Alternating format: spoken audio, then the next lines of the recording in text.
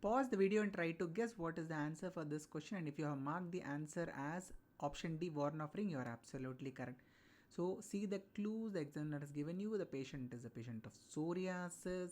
So you can see psoriatic plaques are there, and you are able to see a depigmented or a hypopigmented halo surrounding the psoriatic lesion. So this is what is called as Woronoff ring. Because of the prostaglandin, there is going to be a vasoconstriction in the skin immediately surrounding the psoriatic plaque, which is also called as the Woronoff ring.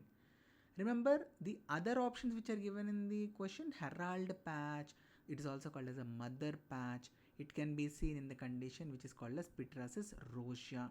And if you remember, similar smaller lesions are going to develop along the lines of the cleavage or the Langer's lines or the back, which is described as Christmas tree distribution. Halo nevus, it's also called as a Sutton's nevus. It is associated with melanocytic nevus, where there is going to be a halo of depigmentation surrounding the melanocytic nevus, which we call it as halo nevus. Target lesion, it is also called as iris lesion, bullseye lesion.